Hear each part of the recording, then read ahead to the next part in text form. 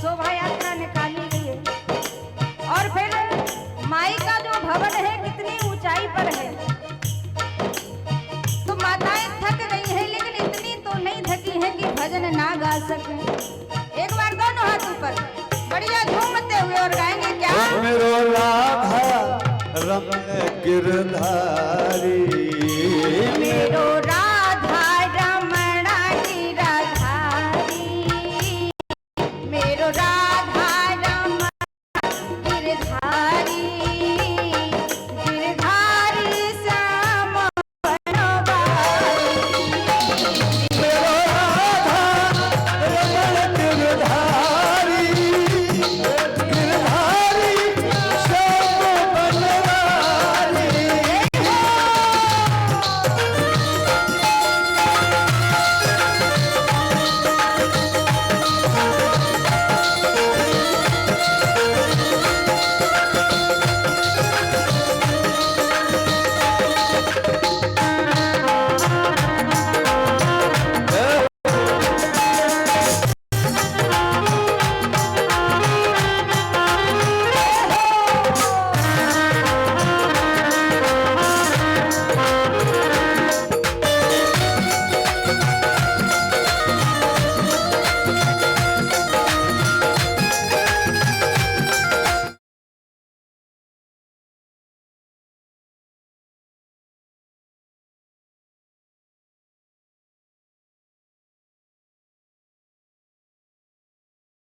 जाओ हरिया जाओ, हरिया जाओ, त्रिभुआ जाओ।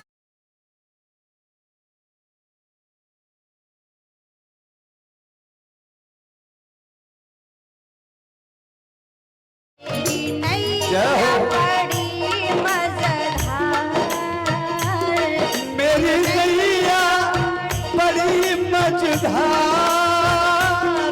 हरिया जाओ एक बार मेरी नैया बड़ी मझधार, हरि आ जाओ एक बार। मेरो राधा रमण गिरधारी, मेरो राधा रमण गिरधारी, गिरधारी श्याम बनवारी। मेरो राधा रमण गिरधारी, गिरधारी श्याम बनवारी। मेरो राधा रमण गिरधारी, गिरधारी श्याम बनवारी। मेरो राधा रमण गिरधारी।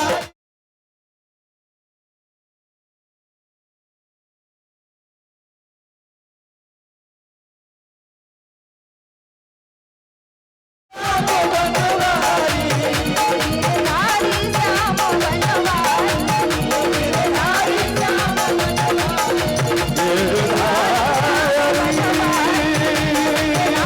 श्याम बनवारी, गिरधारी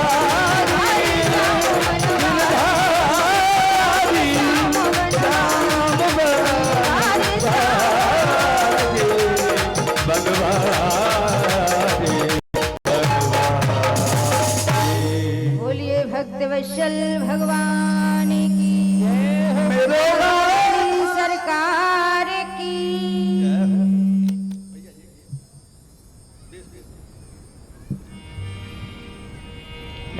जय श्री राम। वो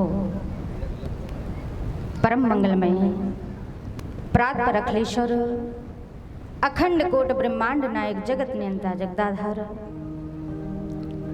श्री बालकृष्ण लाल की बांगमय प्रतिमूर्ति श्रीमद्भागवत महापुराण सप्ताह ज्ञान यज्ञ और माँ रतनगढ़ वाली माई के पावन प्रांगण में कुंवर महाराज सरकार के पावन प्रांगण में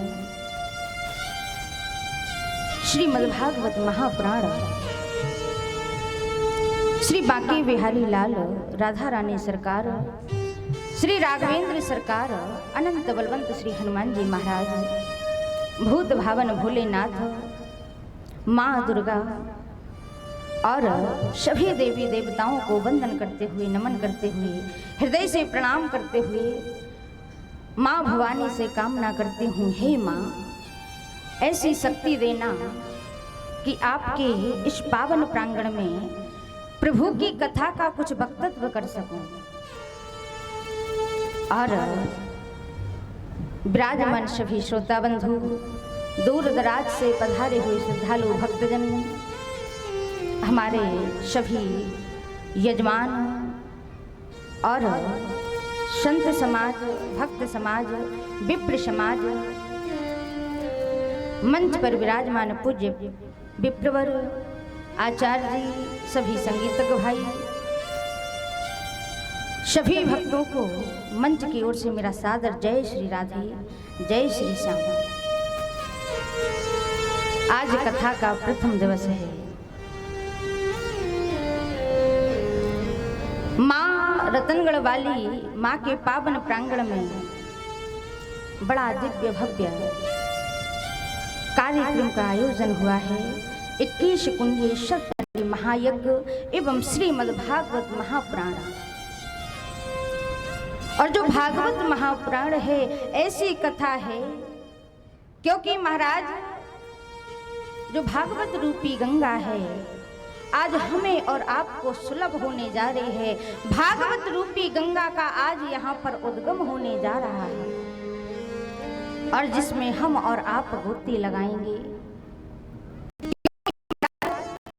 यदि गंगा जी में स्नान करना है तो गंगा जी के पास स्वयं चल कर के जाना पड़ता है, लेकिन जो भागवत रूपी गंगा है वह स्वयं चल कर के आपके पास आई है और हम इसमें गोते ना लगा पाए तो ये हमारी मूर्खता है। इसीलिए जितना समय मिले, क्योंकि दूरी भी है, लेकिन जो हमें अवसर मिला है इसे गंवाना नहीं है। इसका लाभ लीजिए, इसका लाभ उठाइए और माताओं बहनों से निवेदन है विराजमान हो जाएं, क्योंकि आज कथा ज़्यादा समय तक नहीं चलेगी, बस कुछ ही मिनटों की बात है। तो निवेदन है कि विराजमान हो जाएं, क्योंकि महाराज प्रथम दिवस तो तैयारियों में, व्यवस्थाओं में चला जाता है और बड़ी दिव्य भव्य शोभा यात्रा, कलश यात्रा निकाली गई है। और कलश यात्रा क्यों निकाली जाती है, ध्यान से सुनिए। जिस नगर से, जिस जगह से, जिस रास्ता से, जिस मार्ग से कलश यात्रा निकाली जाती है वह मार्ग कल्याणकारी हो जाता है। और जो कलश है मंगल कलश, इसमें ब्रह्मा, विष्णु और महेश का वास रहता है। और जो हमारी सौभाग्यवती माताएं कलश को धारण करती हैं वो कभी वैधव्य को प्राप्त नहीं होती है। वैधव्य का अर्थ समझते हैं, यानी वो विधवा नहीं होती है। और जो कुंवारी कन्याएं कलश को धारण करती हैं उनको अच्छे वर की प्राप्ति होती है। तो जिन माताओं ने कलश को धारण किया है शामकालीन वेला में आकर के दीपक रखें, आरती करें, प्रातः आकर के जल चढ़ाएं और प्रणाम करें, क्योंकि महाराज आज प्रथम दिवस है और जितने भी नियम हैं वे प्रथम दिवस ही बताए जाते हैं, क्योंकि जो नियम हैं वो आप सभी को पालन करने हैं। श्रीमद्भागवत में नियमों का वर्णन किया। सबसे पहले सत्य बोलिए, झूठ मत बोलिए। 7 दिन तक, ज्यादा नहीं तो 7 दिन तक सत्य को धारण करिए। और फिर नियम क्या कहता है, क्रोध मत करिए, कुछ लोग होते हैं ना, बात बात पर गुस्सा करते हैं। क्रोध को त्यागिएगा। फिर नियम क्या कहता है? सात्विक भोजन करिए। 7 दिन तक लहसुन और प्याज का त्याग करिए, क्योंकि ये काम को बढ़ाता है। जिस भोजन में लहसुन प्याज डाला जाता है वह भगवान को प्रसाद नहीं लगाया जाता है, तामसी भोजन में आता है। तो ज्यादा नहीं, 7 दिन तक इस नियम का पालन करिए। फिर नियम क्या कहता है? 7 दिन तक पृथ्वी पर शयन करिएगा। फिर नियम क्या कहता है? 7 दिन तक जब हम कथा पांडाल में आए तो एक चित होकर के एक आसन में बैठ करके भागवत जी की कथा को श्रवण करें। और महाराज जब हम कथा में बैठे तो यहाँ वहाँ की बातें ना करें, क्योंकि बातें करने का समय तो घर पर मिल जाएगा और कहीं मिल जाएगा, लेकिन जो कथा यहाँ पर छूट जाएगी वो फिर आपको आगे नहीं मिलेगी, क्योंकि छूटी हुई कथा नहीं मिल सकती। इसीलिए ध्यान पूर्वक कथा को श्रवण करें। और फिर नियम क्या कहता है कि जब भी कथा में आए, किसी धर्म स्थल पर जाएं, तो कभी खाली हाथ नहीं जाना चाहिए। चाहे आप पुष्प ले जाइए, चाहे आप पत्ते ले जाइए, चाहे आप फल ले जाइए, सामर्थ्य हो तो दक्षिणा ले जाइए, लेकिन आप खाली हाथ नहीं जाइए, क्योंकि पाप लगता है। लेकिन यदि धर्म पुण्य की बात कहें तो कहते हैं कि मंच पर सभी वक्ता यही कहते हैं कि दान धर्म करिए, दक्षिणा चढ़ाइए। और एक बात याद आती है, क्या कि धर्म गड़ा पाताल में कर्म की निकली खीस। धर्म गड़ा पाताल में कर्म की निकली खीस। राम कली के 500 पंडित जी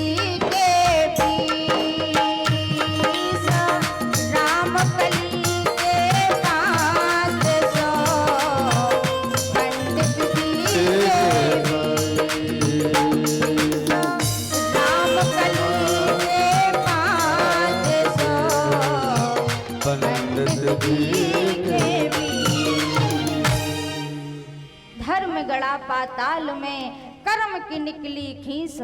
और राम कली के 500 पंडित जी के 20। यदि घर में सत्यनारायण की कथा ही क्यों ना करवा ली जाए पंडित जी को बुला करके। और जब दान दक्षिणा की बात आती है ना, तो महाराज 10 बार सोचेंगे, 10 का दें कि 20 का दें, 10 का दें कि 20 का दें। और महाराज जो यदि कोई नाचने वाली आ जाए तो 500 के नोटों की गिट्टी कैसे उड़ा देते हैं कोई पता नहीं चलता है। और घर में पंडित जी से क्या सोचते हैं कि 10 का दे के 20 का दे, और उसमें भी क्या कहते हैं कि अंदर अपनी श्रीमती जी से पूछ तो ले, सलाह तो ले ले। और जो 500 की नोटों की गड्डी उड़ाते हैं वहां पर किसी की सलाह की जरूरत नहीं पड़ती। फिर नियम क्या कहता है? जब पूछा नारद जी महाराज ने कि हमने सुना है कि भागवत कथा जब श्रवण करते हैं तो व्रत रह करके कथा श्रवण करनी चाहिए। सनकादिक ऋषियों ने बताया जो भागवत जी की कथा है व्रत रह करके कथा को श्रवण करना चाहिए। कैसे? कहा कि पहले तो घी पी करके कथा को श्रवण करें। जय हो। और बड़ा ही सौभाग्य है कि हमारे मेहौनी सरकार महाराज जी और संतों के दर्शन करने का सौभाग्य प्राप्त हुआ है। एक बार हमारे महाराज जी के लिए जोरदार तालियों से स्वागत करते हुए बोलिए बांके बिहारी लाल की जय हो। लेकिन महाराज आज के समय में घी कौन पचा पा रहा है। कहा कि आप फलाहार रह करके व्रत रह करके कथा को श्रवण करें। नारद जी महाराज ने कहा यदि इससे काम ना चले तो क्या करना चाहिए। कहा कि एक समय फलाहार और एक समय भोजन पा करके कथा को श्रवण कर सकते हैं। कहा महाराज इससे काम ना चले तो। कहा कि आप दोनों समय भोजन पा करके कथा को श्रवण कर सकते हैं। लेकिन महाराज कितना, यदि आप 4 रोटी खाते हैं तो 2 रोटी खाइए। इतना खा करके आइए कि हमें कथा में बैठने में आलस्य ना आए। फिर नियम क्या कहता है कि जब भी कथा में बैठे अपने श्रीमुख पर 12 अक्षर मंत्र का जाप रहना चाहिए। ओम नमो भगवते वासुदेवाय। और इतना ना हो सके तो राधे राधे तो सभी गा सकते हैं। अपने जिह्वा पर हरि नाम का उच्चारण करते रहिएगा, क्योंकि महाराज कथा में आकर के फालतू बातों को ना करें यहाँ वहाँ की। क्योंकि माताओं में आदत होती है जब तक महाराज कढ़ी और दाल की बात ना कर लें उनको चैन नहीं पड़ता है। फिर नियम क्या कहता है, पूछा गया है कि जो भागवत जी की कथा है इसका आयोजन करवाने में कितना खर्चा आता है। बताया है कि जैसे एक कन्या के विवाह में खर्चा आता है उतना ही खर्चा श्रीमद् भागवत की कथा में आता है। अपने सामर्थ्य के अनुसार, किसी की सामर्थ्य है 1 लाख, किसी की सामर्थ्य है 2 लाख, किसी की सामर्थ्य है 10 लाख। अपने सामर्थ्य के अनुसार खर्च करें। फिर नियम क्या कहता है, 7 दिन तक विषय वासनाओं से दूर रहें और जब भी कथा पांडाल में बैठे मस्तक पर तिलक लगा करके किसी एक व्यक्ति को नियुक्त करें जो कथा पांडाल में श्रोता आए और उन सबके मस्तक पर तिलक जरूर लगाएं। और फिर नियम क्या कहता है, 7 दिन तक अवक्ष भोजन का त्याग करें। जब नियम समझाए तो अब श्रीमद् भागवत में श्री वेद व्यास जी महाराज, क्योंकि महाराज जिस ग्रंथ की कथा श्रवण करने के लिए हम और आप विराजमान हुए हैं, तो सर्वप्रथम उस ग्रंथ की महिमा का श्रवण करें और गायन करें। क्योंकि जब तक हम महिमा को श्रवण नहीं करेंगे, जब तक हम महत्व का श्रवण नहीं करेंगे, तब तक हमें आगे की कथा समझ में नहीं आएगी। क्योंकि महाराज हमारी जो नींव है, नींव मजबूत होनी चाहिए।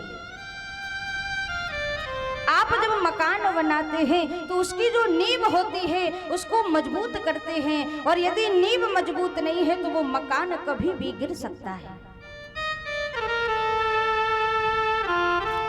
तो भागवत में सर्वप्रथम महात्म का वर्णन आया है, और महात्म में श्री वेद व्यास जी महाराज वर्णन करते हैं। सर्वप्रथम भगवान के स्वरूप की वंदना की है कि सच्चिदानंद रूपाय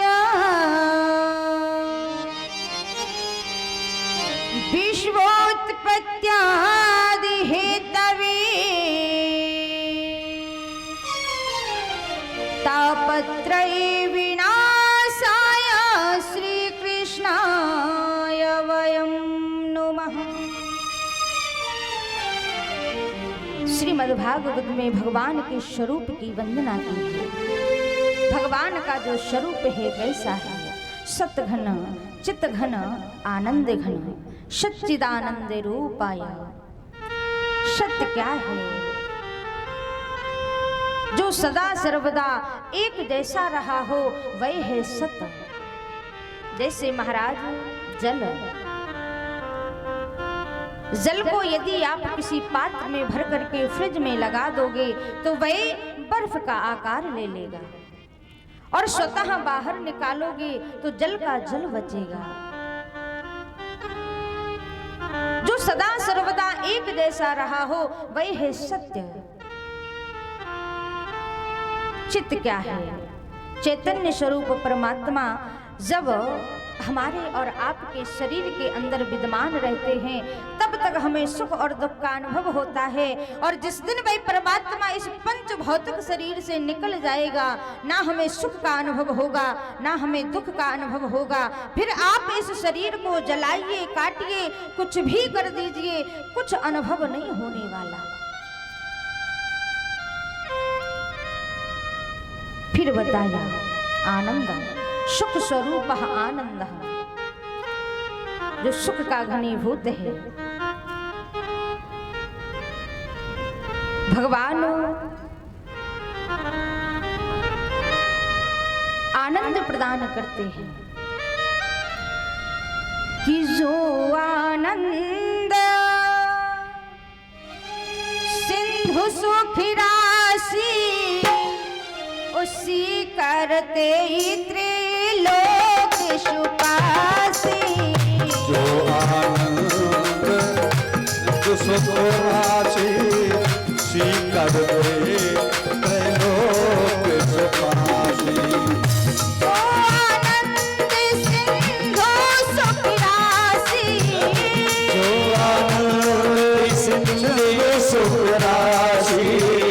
जो आनंद सिंधु सुख राशि,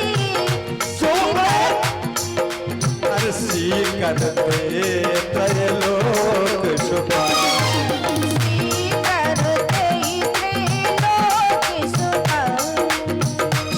करते त्रिलोक सुपासी। जो आनंद सिंधु सुख राशि सी करते त्रिलोक सुपासी। सो सुख धाम राम असिनामा और अखिल लोक दायक विश्रामा। जो सुख का घनीभूत है, क्योंकि राम दरबार में, राम राज्य में कभी किसी को दुख हुआ ही नहीं है, ऐसा राम दरबार है। फिर वर्णन किया विश्व उत्पत्ति आदि हेतवे।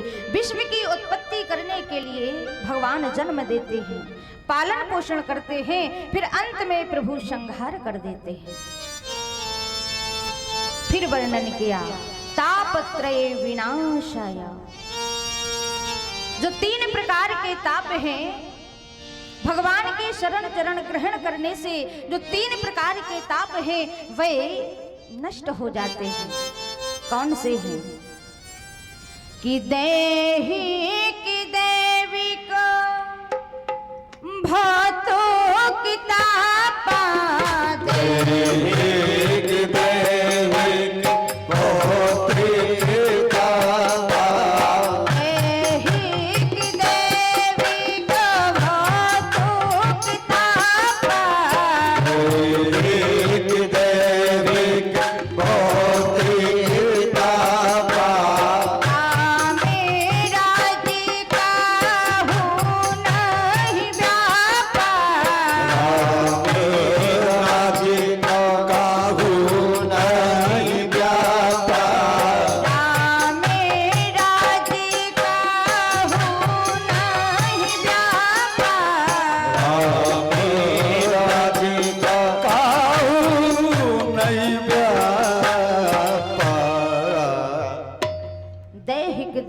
भौतिक तापा, राम राज्य का हो नहीं व्यापा।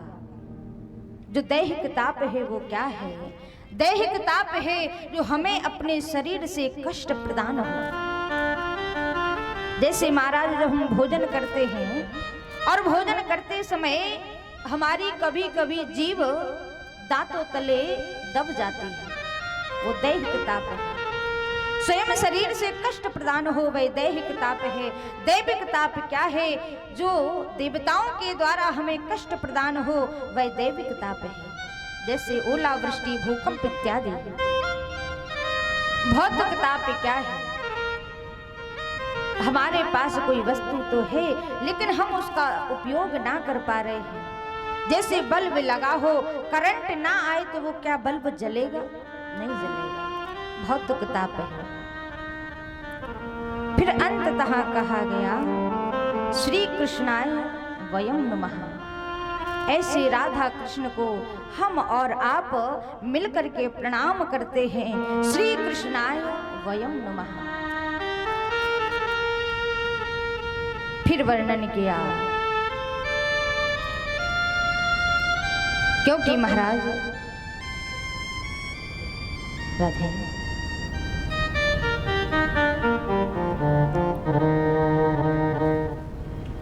अब वर्णन किया श्रीमद् भागवत में। अपने मन से चलते हैं नैमिषारण्य की उस पावन भूमि में जहां पर 88,000 सौनकादिक महात्मा तप करते हैं। और जो 88,000 महात्मा हैं, सौनकादिक ऋषि हवन करते हैं, यज्ञ करते हैं, पूजन करते हैं, अनुष्ठान करते हैं और जो अविष्ट समय बचता है उसमें श्रीमद् भागवत जी का गायन करते हैं। लेकिन उन्हीं 88,000 सौनकादिक महात्माओं के मध्य में किनका आगमन हुआ? श्री सूत जी महाराज का। जब सूत जी महाराज का आगमन हुआ तो जो 88,000 सौनकादिक ऋषि हैं वो हाथ जोड़ करके नतमस्तक हो जाते हैं, खड़े हो जाते हैं। सूत जी महाराज ने कहा कि आप तो हमसे कितने बड़े हैं, फिर आप मुझे प्रणाम क्यों कर रहे हैं? तो सौनकादिक ऋषियों ने कहा, प्रभु मैं बल में बड़ा हूँ, मैं आयु में बड़ा हूँ, मैं आपसे बल में बड़ा हूँ, आयु में बड़ा हूँ, लेकिन प्रभु मैं आपसे ज्ञान में बड़ा नहीं हूँ। ज्ञान में तो सरकार आप बड़े हैं। और सौनकादिक ऋषि कहते हैं कि आप कथा अमृत का पान कराइए, क्योंकि घोर अंधकार छा गया है। वर्णन किया है, अज्ञान ध्वंति विध्वंस कोटि सूर्य सम प्रभा सूताख्यायी कथा सारम मम कर्ण रसायन।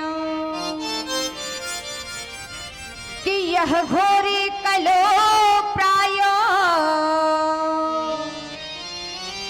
जीवष्टाम सुरिताम गतः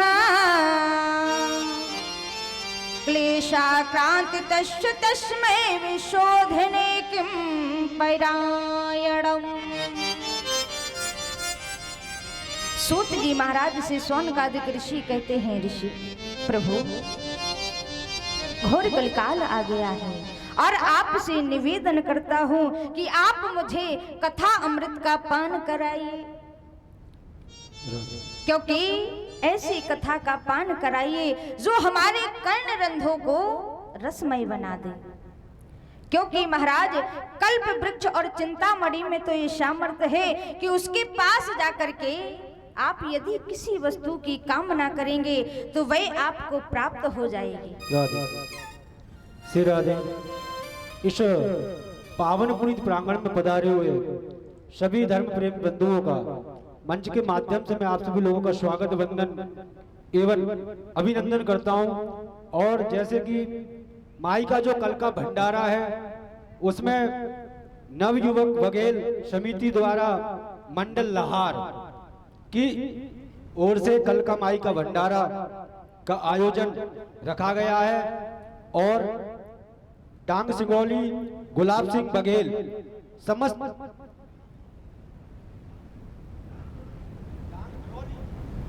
डांग ढोली गुलाब सिंह बघेल एवं समस्त ग्रामवासियों की ओर से 12,700 रुपए का योगदान इस महापुनीत प्रांगण के में जो आयोजन चल रहा है इसमें दिया हुआ है। और जो भी दान देना चाहते हैं वो आकर अन्नू भैया जी से संपर्क करें, अपना दान लिखाएं। राधे श्याम। जय श्री बोलिए भक्ति वत्सल भगवान की जय हो। कहा कि कल्प वृक्ष में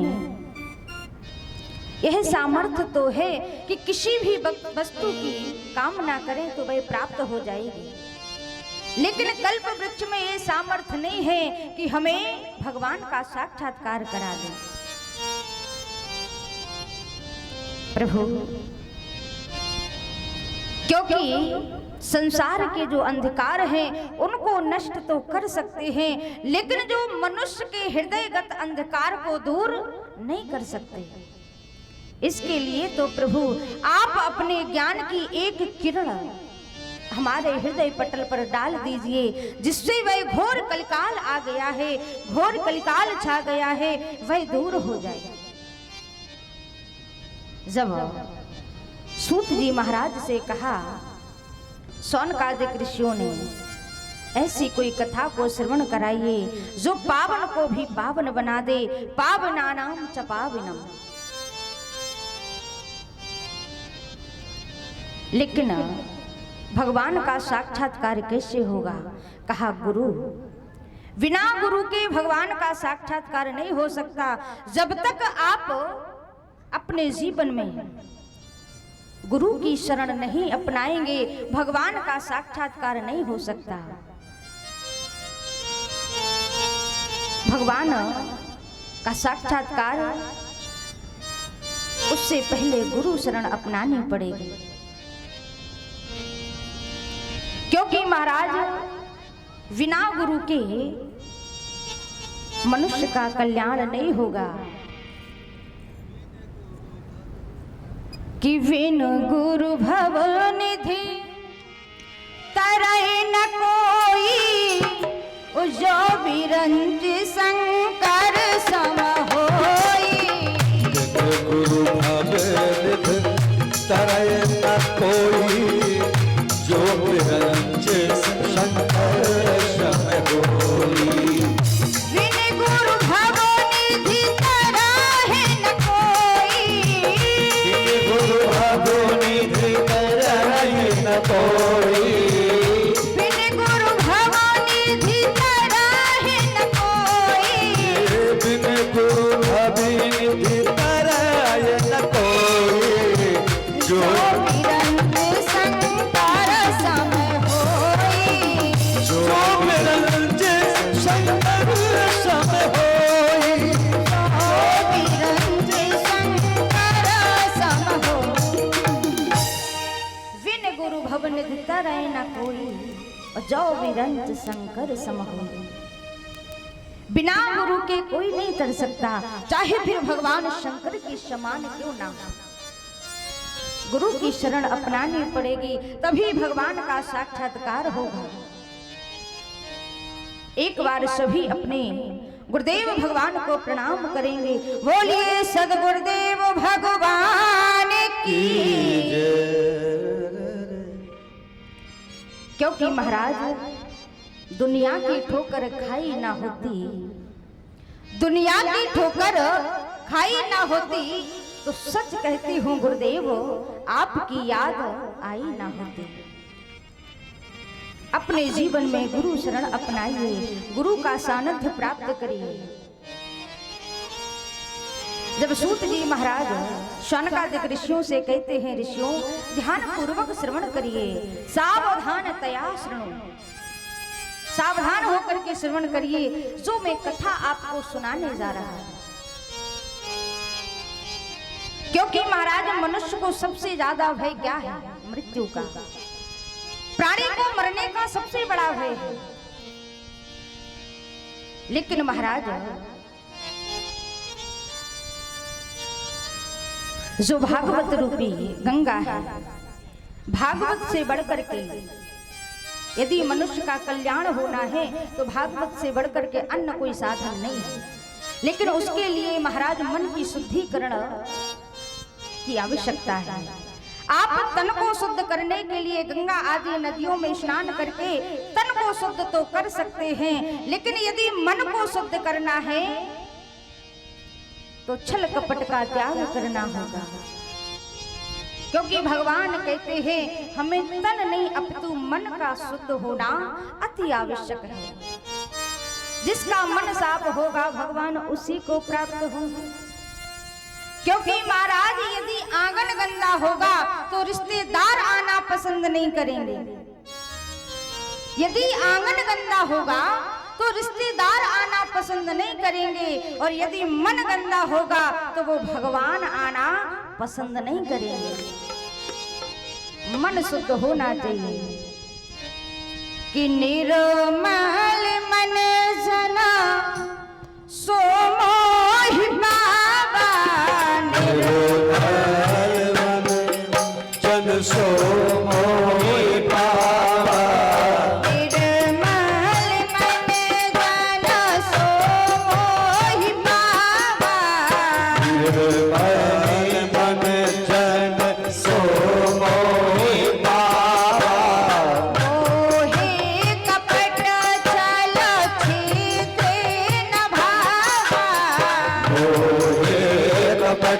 छल छिद्र न भावा, निर्मल मन जन सो मोहि पावा, निर्मल मन जन सो मोहि पावा, मोहे कपट छल छिद्र न भावा, मोहे कपट निर्मल मन जन सो मोहि पावा, और मोह कपट छल छिद्र न भावा। भगवान कहते हैं जिसका मन साफ होता है, क्योंकि मन की शुद्धिकरण करना अति आवश्यक है, मन का शुद्ध होना अति आवश्यक है, वही मुझे प्राप्त कर सकता है। अब वर्णन किया जब श्रीमद् भागवत में राजा परीक्षित को श्राप लगा, तो जिस समय श्री सुखदेव जी महाराज राजा परीक्षित को कथा सुना रहे हैं, कहां पर? शुक्रतार में मां गंगा के पावन पुलन तट पर सुखदेव महामुनि राजा परीक्षित को कथा सुना रहे हैं। तो जैसे ही देवताओं को पता चला कि राजा परीक्षित को श्राप लगा है, तो अमृत का कलश लेकर के शुक्रतार में जाकर के पहुंचे, और जैसे ही वहां पहुंचे तो सुखदेव महामुनि से कहते हैं कि मुझे पता चला है राजा परीक्षित को 7 दिन में मरने का श्राप लगा है, तो हम सभी मिलकर के ये अमृत का कलश लेकर के आए हैं, और जो अमृत है आप राजा परीक्षित को पान करा दीजिए, जिससे वे मरेंगे नहीं, अमर हो जाएंगे। और जो आप उन्हें कथा सुना रहे हैं वो कथा हमें श्रवण करा दीजिए। जैसे ही सुखदेव महामुनि ने सुना, जोर से हंसने लगे। कहते हैं देवताओं, तुम श्रोता बनकर के कथा सुनने आते तो क्या मैं तुम्हें कथा नहीं सुनाता? अरे तुम श्रोता बनकर के नहीं, तुम तो सौदागर बनकर के आए हो। और फिर विनिमय तो बराबर की वस्तु में होता है, तुम तो यहाँ पर मोल भाव करने आए हो, और कहाँ हमारी बहुमूल्य मणि और कहाँ ये कांच का टुकड़ा? क्योंकि जो अमृत है वो कांच का टुकड़ा है उस भागवत जी की कथा के सामने। सुखदेव महामुनि कहते हैं देवताओं, तुम जो कथा है उस कथा के अधिकारी श्रोता नहीं हो, तुम को कथा नहीं सुना सकते हैं, क्योंकि जो कथा है वो भक्तों के अंदर अपने आप प्रकट होती है। तुम अधिकारी श्रोता नहीं हो, राम कथा के ते ही अधिकारी, और जिन कहा सत्संगत अति प्यारी। सुखदेव महामुनि ने उन देवताओं को भगा दिया है। देवता भागे भागे जाते हैं, ब्रह्मा जी के पास पहुंचे। ब्रह्मा जी से कहा कि मृत्युलोक पर सभी को कथा श्रवण करने का अधिकार है, परंतु हम देवता होकर के इस कथा को क्यों नहीं सुन सकते हैं। ब्रह्मा जी ने सुना, आश्चर्य में पड़ गए। जैसे ही महाराज सत्यलोक में जाकर के एक तराजू मंगवाया और एक पलड़े पर जितने भी ग्रंथ थे उनको विराजमान किया, और एक पलड़े पर श्रीमद् भागवत जी को विराजमान किया। और जैसे ही वह तराजू उठाया तो महाराज भागवत जी के सामने वह समस्त ग्रंथ हल्के पड़ जाते हैं, नतमस्तक होकर के प्रणाम करने लगे। तभी से महाराज घोषणा कर दी, यदि कलयुग में कोई मुक्ति का साधन है तो भागवत से बढ़कर के अन्य कोई साधन नहीं है। कहा कि यदि कोई मुक्ति का साधन है तो वही भागवत जी की कथा है, जो हमें और आपको श्रवण करने का अवसर मिला है। अब श्री सूत जी महाराज सौनकादिक ऋषियों को कथा श्रवण करा रहे हैं।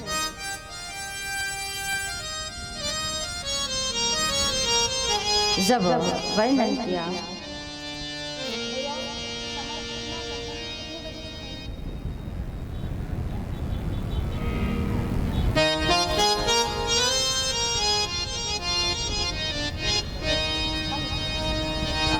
राधा, क्योंकि समय भी हो गया है और दूर दूर से भक्त भी आए हैं, प्रसाद भी पाना है, क्योंकि प्रथम दिवस है, व्यवस्थाओं में समय हो जाता है। लेकिन कल से जो कथा प्रारंभ होगी ठीक समय अनुसार प्रातः 8 बजे से यज्ञ होगा और 8 बजे से 12 बजे तक और 1 बजे से श्रीमद् भागवत जी की कथा प्रारंभ होगी। तो सभी से निवेदन है, 1 बजे से 5 बजे तक तो सभी से निवेदन है, क्योंकि दूरी भी बहुत है, तो सभी से निवेदन है कि अपने गृह कार्य से निवृत्त होकर के जो 7 दिन का समय हमें और आपको मिला है, तो ज़्यादा नहीं, जितना भी समय मिले आकर के यहाँ पर हाजिरी दें, उपस्थिति करें, क्योंकि महाराज जो समय छूट रहा है वो वापस नहीं आएगा। काम तो जिंदगी का है, काम कभी बंद नहीं होने वाला, जो कार्य है वो कभी बंद नहीं होने वाला। लेकिन इस समय कुछ ज्यादा काम चल रहा है, क्योंकि किसानी का काम चल रहा है, लेकिन फिर भी भगवान के लिए, प्रभु के लिए, जो आपके यहाँ पर माँ रत्नगढ़ वाली के पावन प्रांगण में जो सप्त रूपी भागवत रूपी गंगा का उद्गम हुआ है, 7 दिवसीय, जिसका हम और आप आनंद से लाभ लें, अवसर प्राप्त करें और माई के दर्शन करें, यज्ञ करें, तो समय से कथा पंडाल में विराजमान हो। ठीक 1 बजे से 5 बजे तक सभी विराजमान हो और आज की कथा का यहीं पर विराम है, क्योंकि समय अपनी गति से जा रहा है। तो आइए बड़े भाव के साथ 2 मिनट हरि नाम संकीर्तन, क्योंकि महाराज व्यवस्था जो हमारे भाई बंधु हैं, ग्राम बसई से भक्तगण, खमरौली से, डोंगरपुर से और तमाम जगह से जो हमारे भक्तगण हैं व्यवस्थाओं में लगे हुए हैं, कार्य को सुचारू रूप से चला रहे हैं। एक बार हमारे सभी भक्तों के लिए जोरदार तालियों से स्वागत करते हुए बोलिए भक्त वत्सल भगवान की जय हो। आइए 2 मिनट हरि नाम संकीर्तन, तत्पश्चात आरती और प्रसाद। तो आइए बड़े भाव के साथ। श्री कृष्ण गोविंद हरि मुरारी, नाथ नारायण वासुदेवा, हे नाथ नारायण वासुदेवा, हे नाथ नारायण वासुदेवा, हे नाथ नारायण वासुदेवा। जय हो। श्री कृष्ण गोविंद हरे मुरारी, हे नाथ नारायण वासुदेवा। कृष्ण गोविंद हरे मुरारी, हे नाथ नारायण वासुदेवा। कृष्ण गोविंद हरे मुरारी, हे नाथ नारायण वासुदेवा। श्री कृष्ण गोविंद हरे मुरारी, हे नाथ नारायण वासुदेवा।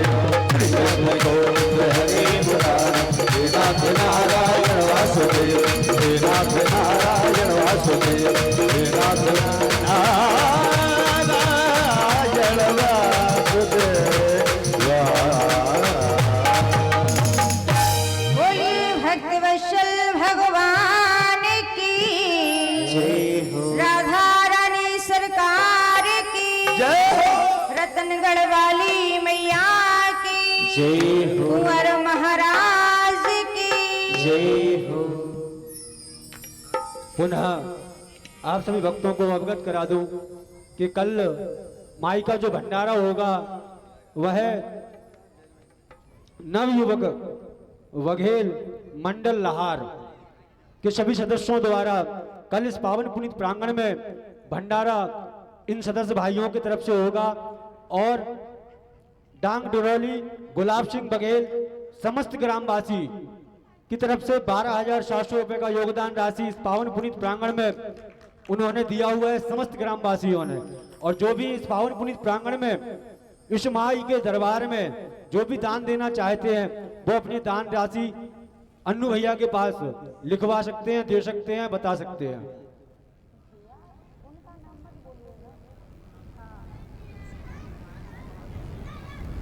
कल से बता दिया जाएगा। चलिए सभी लोग खड़े होकर भगवान पावन पुनीत भगवान की आरती करेंगे। हेलो ओम ज्वाला मालिने नमः रत्नगर्भाय नमः। ओम चंद्रमा मनसो जातचो सूर्यो यजायतो श्रोत्राद्भयस्प्रासमुखादनिरजायतो। अरे अयो अयो यशोदा के लाडले घनश्याम हे गिरधर तेरी आरती उतार, तेरी आरती उतार। अयो अयो यशोदा के प्यारे घनश्याम, अयो अयो यशोदा के प्यारे घनश्याम हे गिरधर तेरी आरती उतारो, बाग बिहारी तेरी आरती उतारो।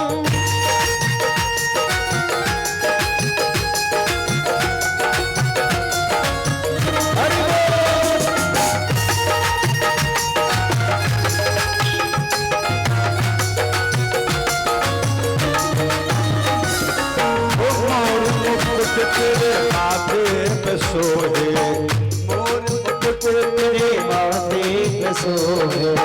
प्यारी बंसी मेरा मन मोहे, ओ प्यारी बंसी मेरा मन मोहे। ओ मोर मुकुट तेरे माथे पे सोहे, ओ मोर मुकुट तेरे माथे पे सोहे। ओ प्यारी बंसी मेरा मन मोहे, ओ प्यारी बंसी मेरा मन मोहे। चरण कमल बलहारी में जाऊं, ओ चरण कमल बलहारी में जाऊं। बाग बिहारी तेरी आरती गाऊं, बाग बिहारी तेरी आरती गाऊं। आइयो आइयो यशोदा के प्यारे घनश्याम, अयो अयो यशोदा के प्यारे घनश्याम। बाग बिहारी तेरी आरती उतारो, बाग बिहारी तेरी आरती उतारो।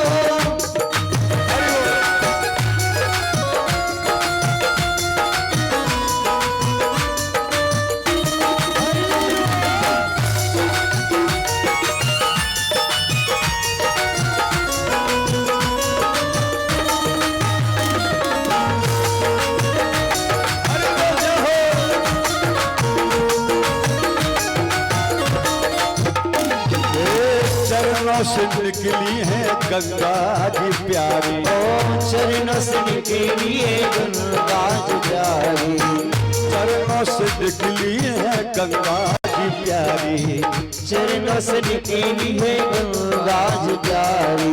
ओ जिसने सारी ये दुनिया तारी, ओ जिसने सारी दुनिया है तारी, जिसने सारी दुनिया तारी, ओ जिसने सारी दुनिया है तारी। और चरण कमल बलिहारी में जाऊं, ओ चरण कमल बलिहारी में जाऊं, बाके बिहारी तेरी आरती गाऊं, भाग्य बिहारी तेरी आरती गाऊं, भाग्य बिहारी तेरी आरती गाऊं।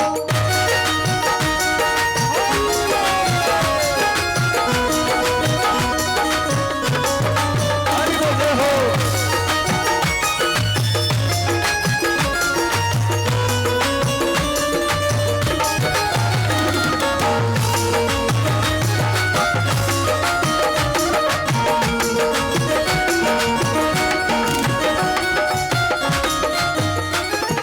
होता से अनाथ के नाथ हो तुम, श्री अनाथ के नाते आते हो, व्यास दास के नाथ आप हो, व्यास दास के नाते आते हो। ओ सुख दुख जीवन प्यारे साथ आप हो, ओ सुख दुख जीवन करे साथ आपे हो, सुख दुख जीवन प्यारे साथ आप हो, ओ सुख दुख जीवन करे साथ आपे हो। प्यारी छवि तेरी मन में बसाऊं, ओ प्यारी छवि तेरी मन में बसाऊं, बाके बिहारी तेरी आरती गाऊं, भाग्य बिहारी तेरी आरती गाऊं। ओ अयो अयो यशोदा के प्यारे घनश्याम, अयो अयो ओ यशोदा के प्यार घनश्याम, बाके बिहारी तेरी आरती गाऊं, भाग्य बिहारी तेरी आरती गाऊं, भाग्य बिहारी तेरी आरती गाऊं।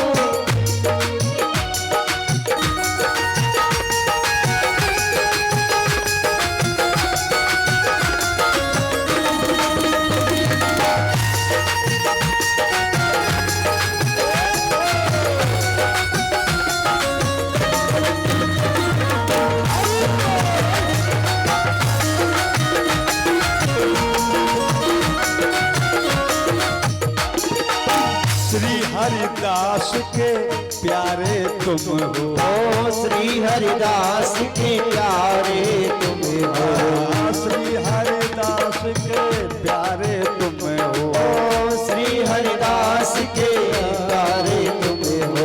ओ मेरे मोहन जीवन धन हो, ओ मेरे मोहन जीवन धन हो, मेरे मोहन जीवन, मेरे मोहन जीवन धन हो।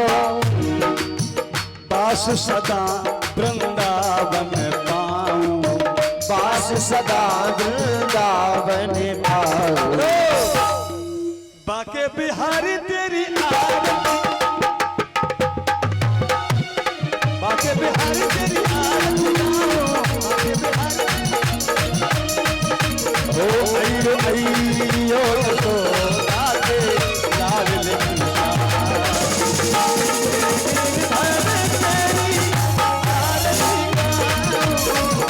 भाग्य बिहारी तेरी आरती गाऊं।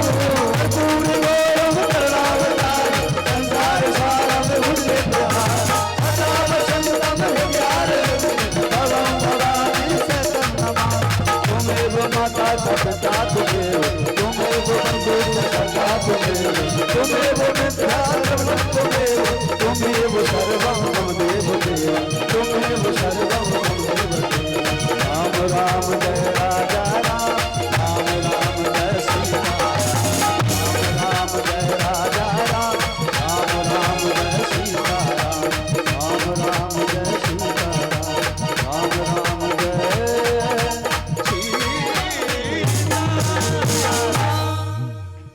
न शीतलीकरणं पुष्पैर्देवादिबन्धन आरोग्यार्थे मंत्र पुष्पांजलि ओम जन्नेन जन्मय जन्त देवास्तानि धर्माणि पतमान्याशन्नाते हनाकं महिमानः सरिन्दपूर्वेशाद्यः शान्तिदेवः ओम नाना सुगंध पुष्पाणि यथा कालोद्भवानि च पुष्पाञ्जलिर्मया कृत्वा ग्रहाणां परमेश्वरः मंत्रचरणकमलेषु मंत्रपुष्पाञ्जलिं समर्पयामि।